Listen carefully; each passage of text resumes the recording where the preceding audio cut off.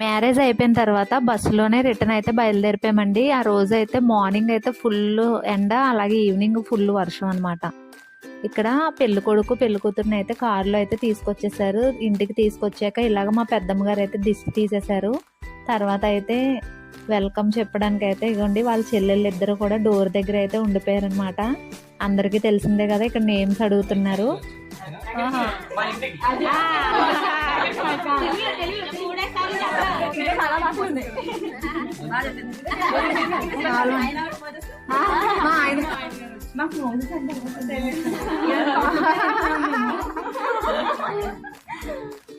మొత్తానికి ఇద్దరు పేర్లు అయితే చెప్పేశారు. తర్వాత అయితే హారతి ఇచ్చేసి లోపలికైతే వెల్కమ్ చెప్పేశారండి. ఇక్కడ ఇంకో టాస్క్ అయితే ఉంది.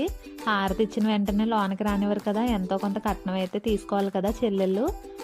లోపలికైతే వెల్కమ్ చెప్పేశామండి. తర్వాత అమ్మాయి తీసుకొచ్చిన వడి బియ్యం ఇల్లు మొత్తం చల్లింది.